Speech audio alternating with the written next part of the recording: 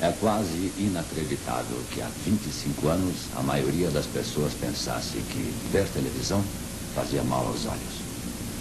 Muitos temiam que o aparelho explodisse facilmente. Outros advertiam: quem tocasse o vídeo de uma TV ligada receberia uma descarga brutal e morreria eletrocutado. Muita mulher não sentava na frente do aparelho para que os artistas não olhassem suas pernas. Tempos ingênuos aqueles, quando ninguém pensava em poluição e o carnaval tinha lança-perfume. Confete, pedacinho colorido de saudade, era música obrigatória nos melhores bailes paulistanos. Um telefonema para o Rio chegava a demorar 6 horas e ainda não havia maior de 2 peças no Brasil, um país com menos de 60 milhões de habitantes e uma renda per capita de 8 cruzeiros. As pessoas ainda diziam caraminguás, botar banca e tacar o peito, quando chegou ao Brasil a primeira emissão. Caminhões carregados de equipamentos desfilaram pelas ruas de São Paulo em janeiro de 1950. Já então, algumas casas comerciais exibiam com orgulho um receptor de TV que custava 8 cruzeiros, 3 vezes mais caro que a melhor vitrola de olho mágico. Poucos sabiam direito para que servia o aparelho. 4 de julho de 50. Frei José Francisco Guadalupe Mojica, o cantor galã que Hollywood perdera para a batina franciscana, era a primeira imagem de TV no Brasil em circuito fechado, vista por 5.000 pessoas aglomeradas diante de 2 receptores.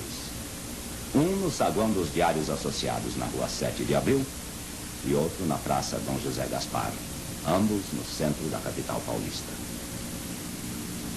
Estava realizado o milagre da TV. E para que ninguém caísse na descrença, a PRF3 TV Tupi Difusora continuou no ar, apresentando musicais como o de Vilma Bem Que Vem.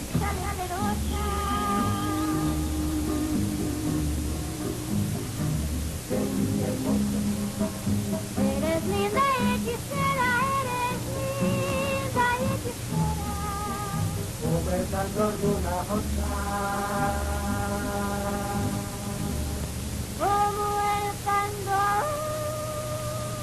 Mojica havia cantado no auditório do Museu de Arte, no edifício dos Diários.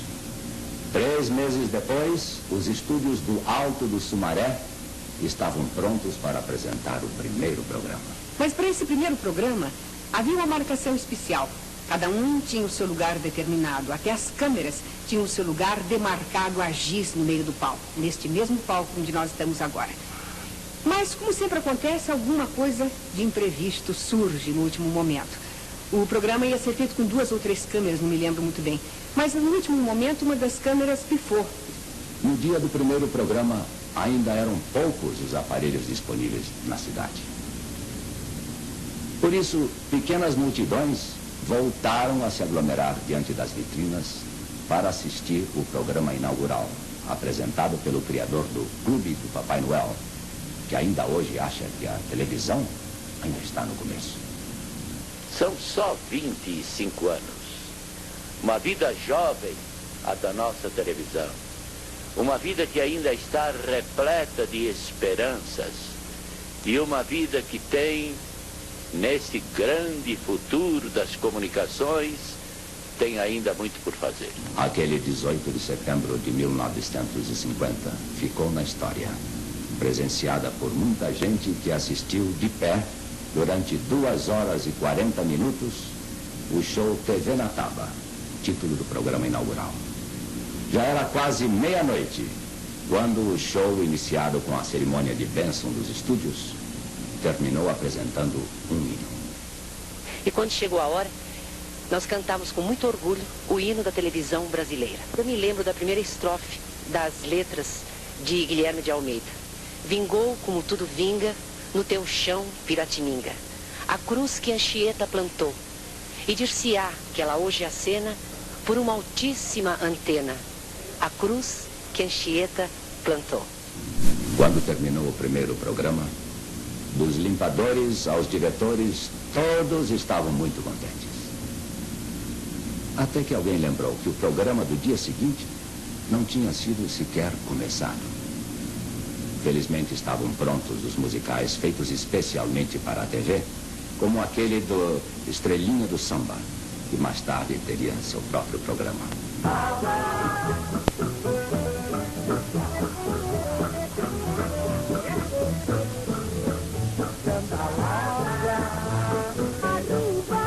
Tem o ritmo louco, remete no corpo assim. Como se assim sabido, fez um filho de mim, repetindo ao meu ouvido, é deliciosa.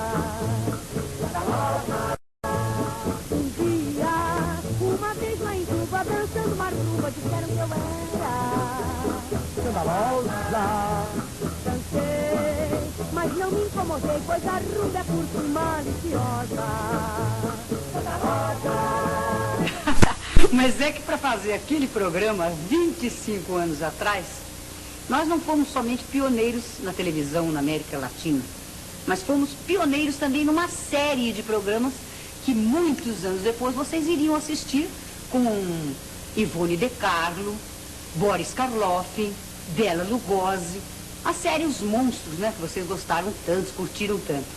Porém, nós, aqui na Rede Tupi de Televisão, fomos pioneiros da série Os Monstros. Vocês gostariam de saber quem eram os monstros na época? Pois é, Hebe Camargo, Aurélio Campos, nosso saudosíssimo Ribeiro Filho, Walter Forster, Homero Silva, Lolita Rodrigues. Nós formávamos os monstros, porque nós éramos praticamente as cobaias. Então, a gente vinha para o estúdio e metade dos monstros ia para o auditório para ver como é que a gente saía. Então era aquele desastre. O Índiozinho, símbolo da PRF3 TV, logo depois começou a ser visto nas casas de família, onde, até então, as crianças só pensavam na sessão zigue-zague do cinema. Foi quando surgiram os primeiros programas fixos, como o Clube dos Artistas.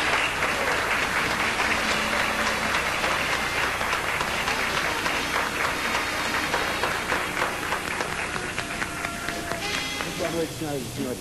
Boa noite, Brasil. Você vive ao meu lado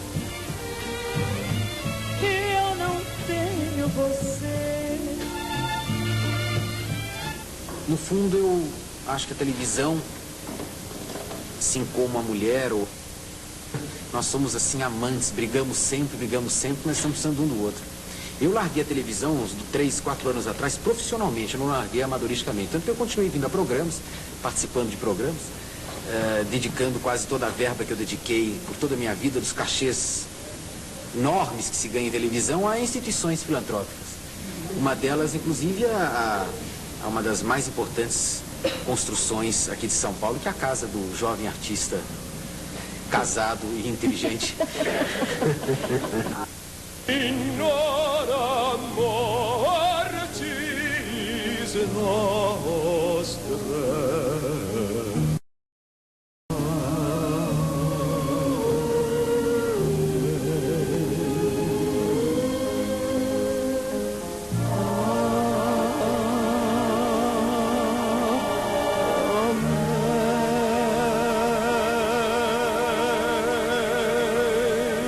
Jubileu de prata da televisão Tupi e 25 anos também de Clube dos Artistas, o programa mais antigo da televisão brasileira, não, mundial. Hoje nós estamos fazendo 25 anos e o Ed Sullivan, como os senhores sabem, completou 23. Muita gente se entusiasmou com a televisão logo no seu início. Naquele mesmo ano de 1950, quando ocorria o primeiro aumento do salário mínimo após 8 anos de penúria, era muito agradável a perspectiva de assistir futebol de graça. E o futebol prometia muito. E eu me lembro bem que eu falava do futebol, que já era locutor de futebol, e entendia que o futebol seria um espetáculo maravilhoso na televisão. E me lembro que fiz um campo sobre uma folha de Flandres, uma folha reta de folha de Flandres, desenhei o campo, uma bolinha de aço, e por baixo com um imã eu descrevia uma partida de futebol e fazia a bolinha correr até o gol. Mas, além da cobertura do futebol, Aurélio Campos ainda faria o programa O Céu é o Limite, muito importante na história da TV. O Céu é o Limite foi efetivamente marcante dentro da televisão brasileira. Ele dividiu a televisão brasileira em dois campos, antes e depois do Céu é o Limite. Me lembro bem que nós tínhamos quase 97% de audiência. Isso era uma coisa brutal. Os cinemas não funcionavam às sextas-feiras.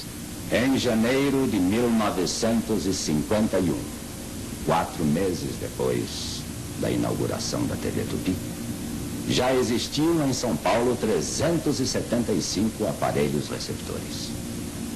As antenas de TV já estavam compondo o cenário paulistano. Era um símbolo de status exibido com orgulho no alto dos telhados. Quase significava também vencer uma barreira tecnológica. Afinal, o rádio tinha só 2 botões, enquanto a TV tinha botões demais e uma antena difícil de ajustar. Por isso, quem comprasse o aparelho queria um técnico a tiracolo. Apesar das aparentes dificuldades, dia a dia, mais pessoas aderiam ao que se chamava nova forma de diversão. Depois, aquela inocente diversão transformou-se no elemento básico do atual estágio cultural da humanidade. Ao transmitir ao vivo a conquista da Lua, por exemplo, a TV demonstrou ser a forma dominante de veicular experiências e informações através de imagens e sons para o mundo inteiro, utilizando um complexo sistema de satélites de comunicação. Um grande salto para o progresso. O poder de comunicação da televisão já não é contestado, desde quando provou algumas vezes que é capaz de parar uma cidade, um país inteiro para assisti-lo. Isso aconteceu, por exemplo, no final da Copa do Mundo de 1970. 90 milhões em ação, pra frente Brasil, no meu coração. Todos juntos vamos, pra frente Brasil, salve a nação. De repente é aquela corrente pra frente, parece que todo o Brasil deu a mão. Todos ligados na mesma emoção, tudo é um só coração.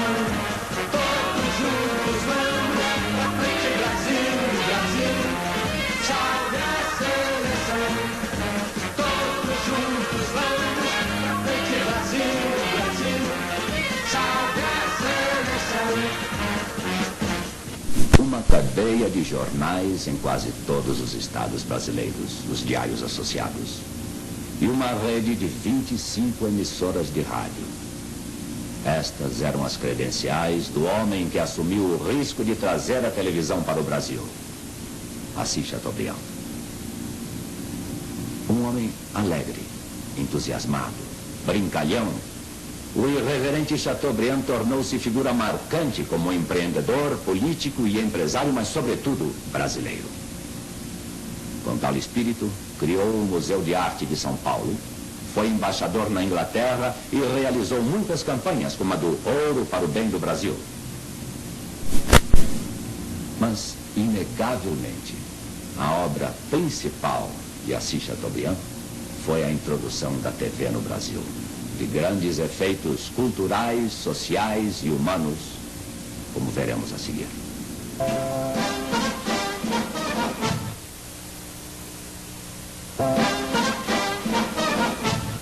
Considerada basicamente como sistema de transmissão de sons e imagens de outras formas de expressão artística, a TV, na verdade, é também ela própria uma nova arte. Comparada aos meios de comunicação mais antigos, o teatro, o cinema e o rádio, apresenta grandes semelhanças e importantes diferenças. No Brasil, a televisão começou como filha direta do rádio, de onde tirou, por exemplo, os artistas que faziam rádio-teatro.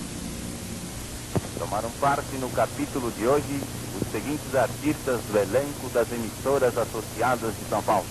Sônia Maria. Lia Borges de Aguiar, Neuza Prata, Maria Vidal, Dionísio Azevedo, Beto, Júlio Nagido, Flora Ruim, Raul Peravantini, Vida Alves, Daniela Azevedo, Norá Fontes, Manuel Inocêncio, Cidinha Leblon, Paulo Leblon, Antônio de Santos, Regis Cardoso, Milton Ribeiro, Pereira da Silva, Luiz Mazuete, Lima Duarte, Renan Alves, João Monteiro, Cristo Deus e Anselmo do Ribeiro.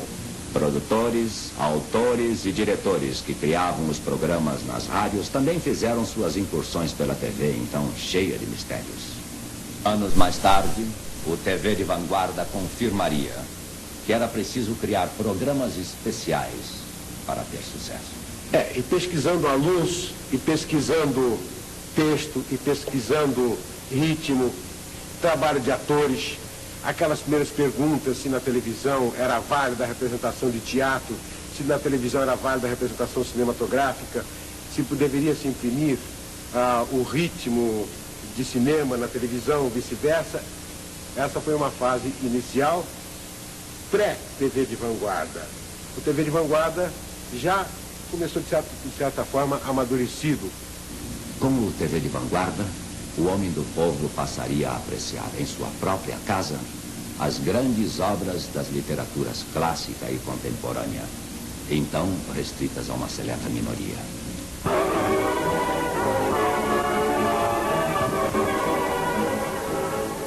Todo o elenco das emissoras associadas durante semanas, moviçando o espetáculo sobre o qual o crítico das Folhas disse: creio mesmo que com esta peça a nossa televisão atingiu culminâncias ainda não alcançadas até então. E do Estado de São Paulo merece relevo o jogo de câmeras, de uma movimentação invulgar e de grande efeito. Desde a sequência inicial, com a objetiva atravessando o fúnebre corredor para alcançar a sala de audiências do rei, o trabalho dos fotógrafos foi magnífico. Mais recentemente, as próprias novelas se renderiam aos grandes clássicos, como foi o caso de O Machão, adaptado de A Megera Domada, de Shakespeare. Petrúcio, pela última vez, eu estou de joelho implorando para você casar comigo. Bom, já que você insiste tanto, eu caso.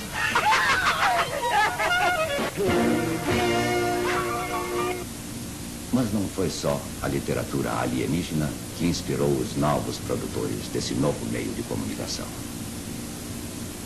O Sítio do Pica-Pau Amarelo, por exemplo, trouxe Monteiro Lobato para a TV.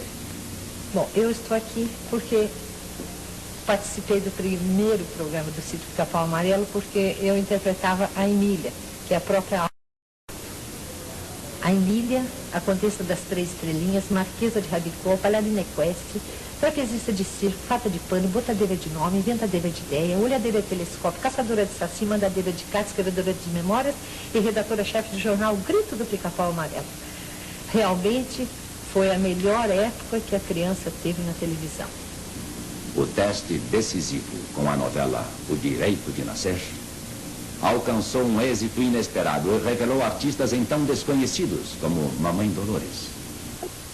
A novela O Direito de Nascer foi que trouxe toda essa gente que hoje tem na televisão, fazendo novela, fazendo atores de teatro famosos, que hoje estão fazendo novela, todo mundo faz novela hoje. O nome verdadeiro, Isaura Bruno, é muito menos conhecido que o de Mamãe Dolores. Isso também aconteceu com Hamilton Fernandes, que ficou mais conhecido como Albertinho Limonta. E também com a atriz Guilú, que trocou definitivamente seu nome para Isabel Cristina. Não é bem assim, eu não troquei o meu nome. O público trocou o meu nome. Porque nós adentrávamos nas vossas casas diariamente, durante quase um ano. E o público misturou os personagens com os atores. O mesmo aconteceu com o saudoso Hamilton Fernandes, que protagonizou conosco a novela. Após a novela, mesmo muito tempo após, ele ainda era chamado de Dr. Alberto Limonta. O Direito de Nascer garantiu para as novelas um berço esplêndido nas emissoras de TV. Depois dela surgiram outras novelas baseadas no cotidiano, retratando figuras típicas como a de Antônio Maria, com Sérgio Cardoso. Quando Deus quer construir um universo, começa pelo átomo. Quando Deus quer mudar o coração dos homens, coloca uma criança numa manjedoura. Pois comecemos como Ele, pelas pequeninas coisas que temos ao alcance das mãos. E todas as nossas esperanças poderão transformar-se em realidade. Beethoven, para compor a sua monumental nona sinfonia, teve que aprender arpejos. Einstein, para idealizar a sua revolucionária teoria da relatividade, precisou conhecer a tabuada. Camões, o nosso Camões, para escrever os Lusíadas, precisou decorar o abecedário. A colônia italiana, a mais numerosa em São Paulo, não poderia passar sem Nino, o italianinho, com Juca de Oliveira. Está brava comigo ou não, por causa daquela notícia do jornal, da fotografia?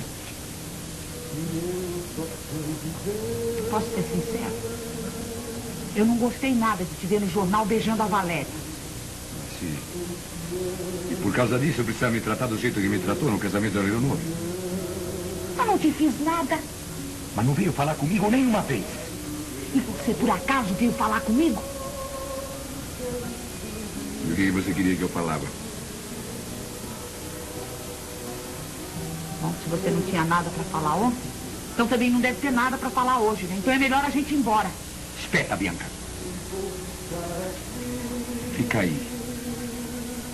Vamos resolver esse negócio hoje de uma vez por todas. Mas não foi só o drama que a TV herdou do teatro. Outras formas de expressão artística, como a dança e o canto, também ganharam nova projeção.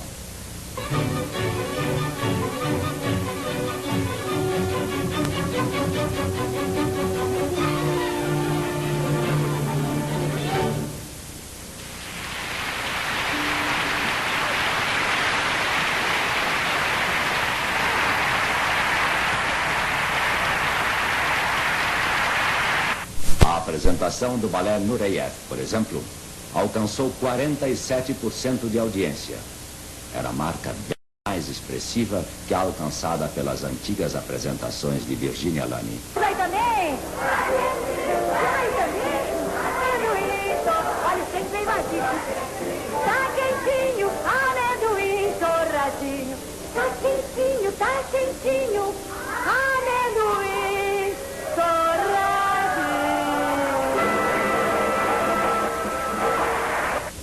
Ao longo dos seus 25 anos, a TV Tupi apresentou grande número de artistas famosos.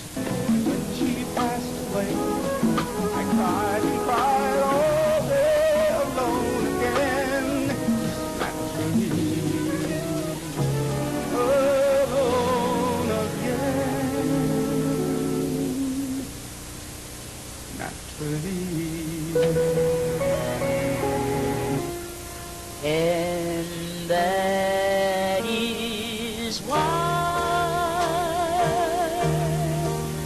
all the girls in town are you. Oh,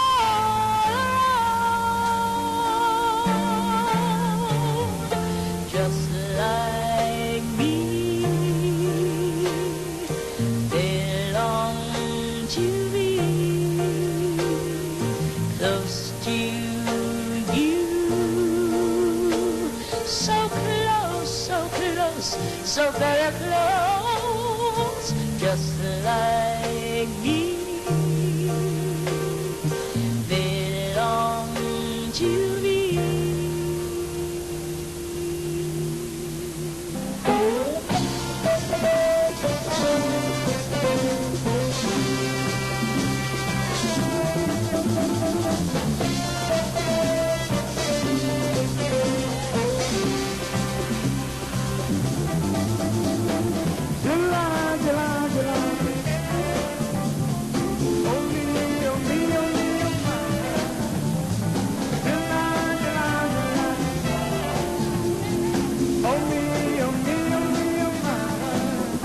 Chegava-se assim a um estágio de desenvolvimento bem distante dos antigos filmes musicais feitos para a TV, como os que apresentavam a dupla Ouro e Prata.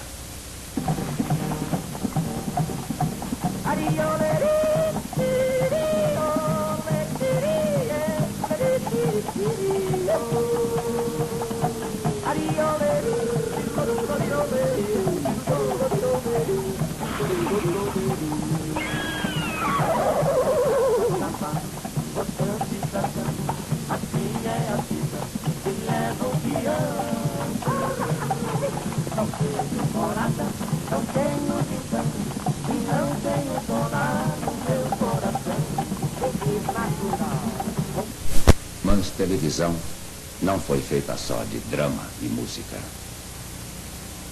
Cedo se entendeu a função social da informação, como veremos adiante. Nós pusemos um colega nosso sentado numa cadeira para ajuste da linearidade vertical e horizontal. Ajustamos as câmeras e em seguida pusemos um desenho especial que existe e o desenho apareceu todo torto. Depois de muito pesquisar, fomos notar que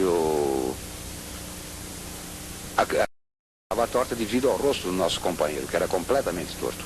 Depois dos primeiros câmeras, formaram-se os técnicos, com acentuada visão artística do trabalho.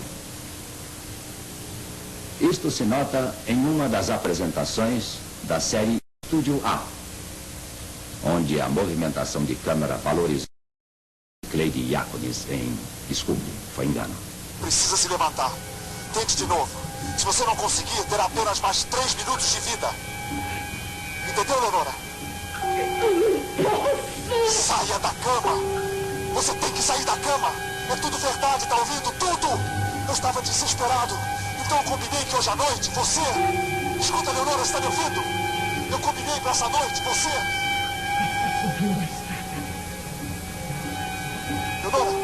Leonora, elefante, saia da cama! Vá até a janela, Leonora! Você quer que eu seja preso, Leonora?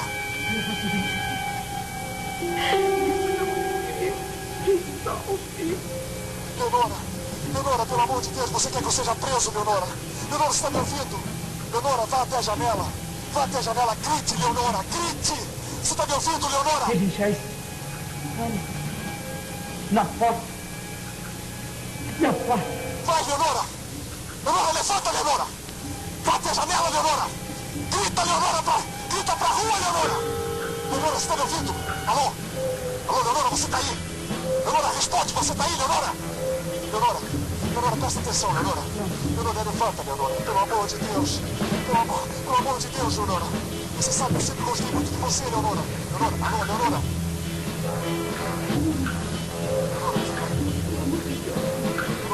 Leonora. Alô, Leonora. Não. Leonora.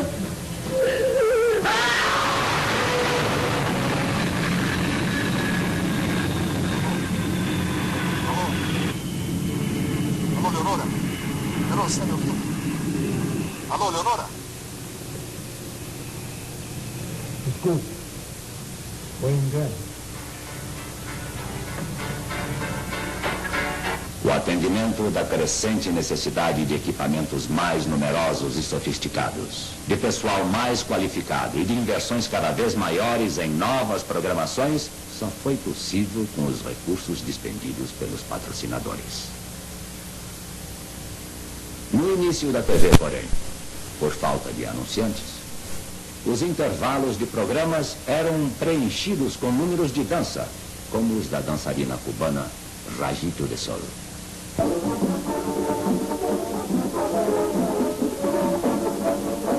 a gozar, vamos a rumbear, cuando suene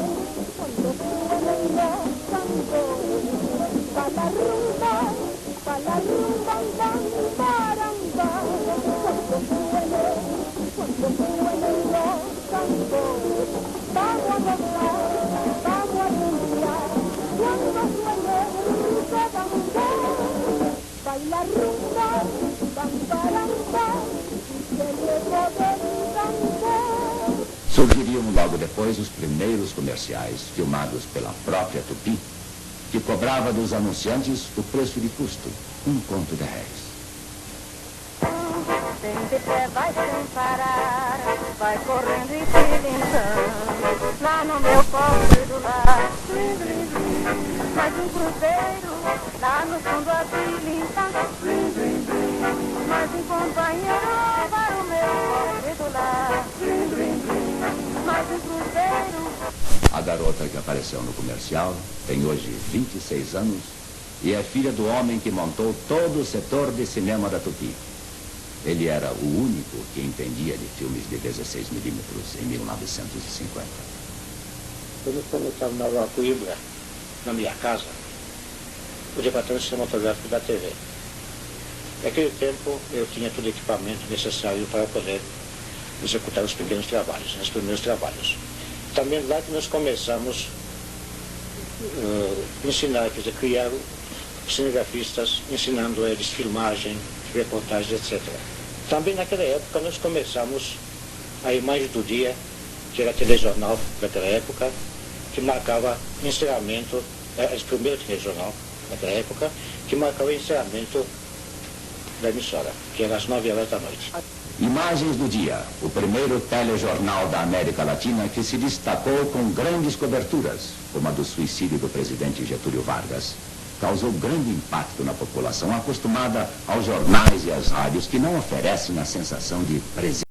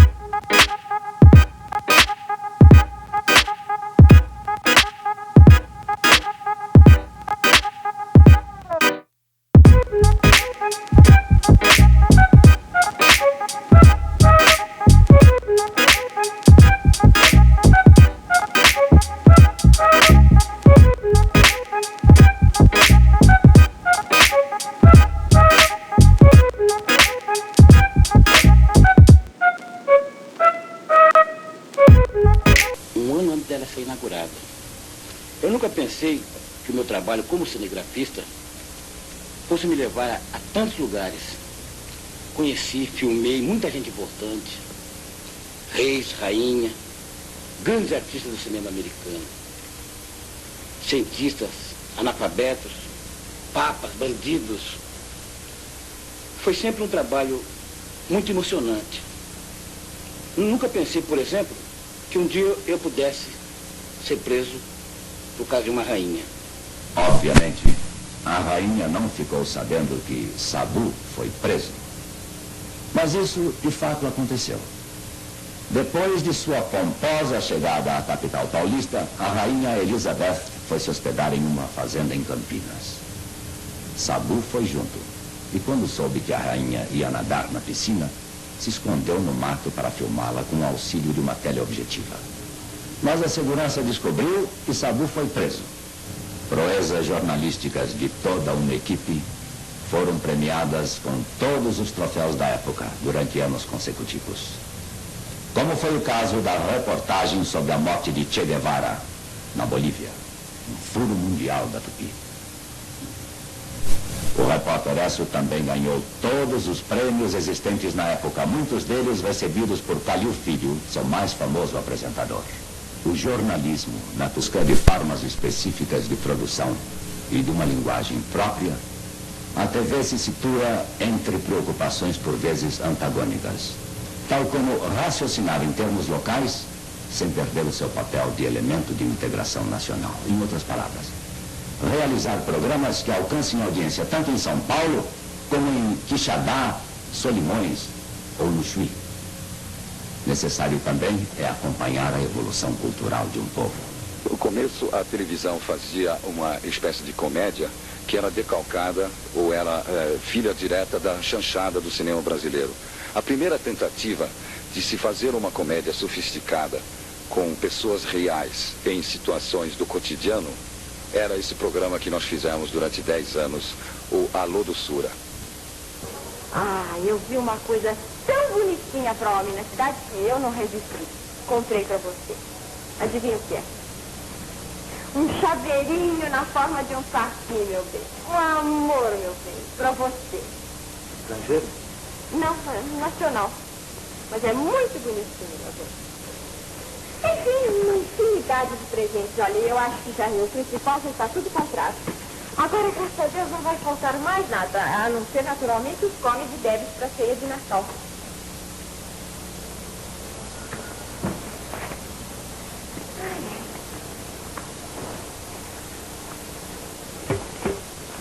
Meu bem, você se incomoda se eu fizer uma perguntinha a você? Ah, claro que não, meu bem. O que é? Com que dinheiro você comprou tudo isso? Aquele dinheiro estava no armário, não era para isso, meu bem? Não diga isso. Por que, meu bem? Aquele dinheiro era para pagar o aluguel desse apartamento. Eu estou 2 meses atrasado e eu te parei para pagar amanhã. O aluguel? Você gastou tudo? Oh, 18, 19 pontos. Mas... Não. Meu bem, o que é isso? Não precisa ficar assim, meu bem.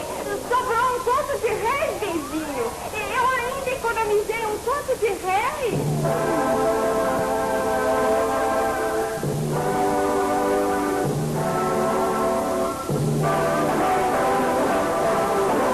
O homem era o dono da casa e a mulher sempre colocada como a megera domada. Mas, ao mesmo tempo, havia uma contradição, porque... do mundo que a cerca. Isso foi feito desde os tempos do velho caminhão de transmissões externas, que de há muito cedeu seu pequeno lugar aos gigantes mecânicos mais modernos, verdadeiras estações de TV ambulantes. Mas foi o pequeno caminhão que realizou as primeiras transmissões externas de futebol no Pacaembu. Também foi ele que, pela primeira vez em 1955, faria desde o estádio de Vila Belmiro, em Santos, a primeira transmissão externa de futebol vista em São Paulo. Para tornar isso possível, foi necessário abrir mata a facão e instalar retransmissores nos pontos mais altos da Serra do Mar.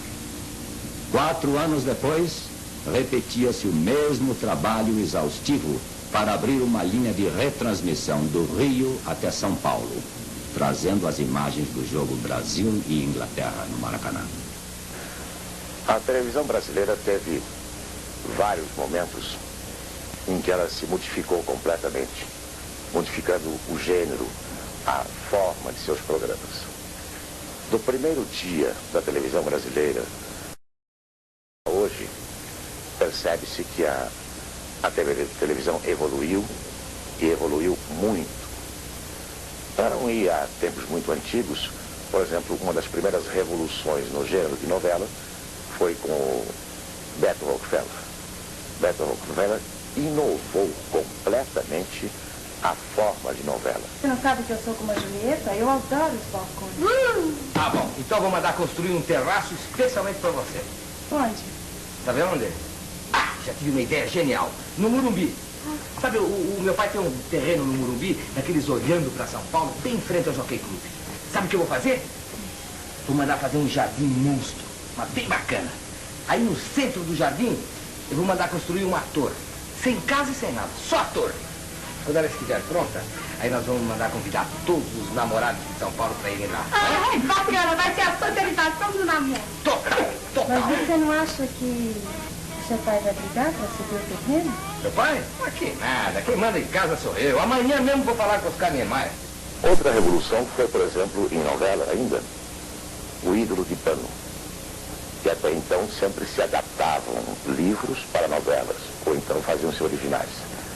Desta vez, foi feito um original de Teixeira Filho, e esse original foi transformado em livro. Um livro, aliás, de muito sucesso. Não, gente.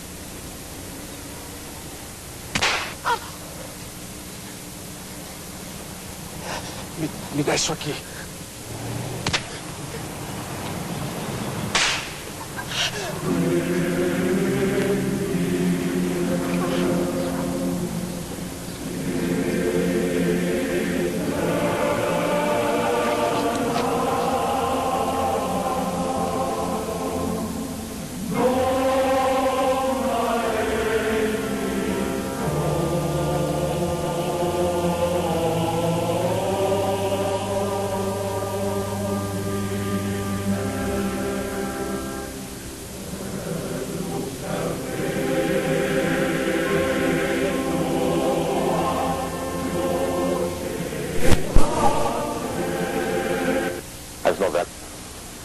jornalismo está evoluindo bastante, e percebe-se que terá um futuro brilhante na prestação de serviços ao público brasileiro.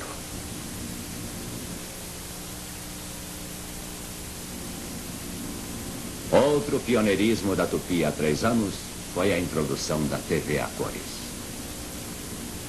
Para isso, foi preciso importar um complexo equipamento que hoje permite uma programação colorida em sua maior parte.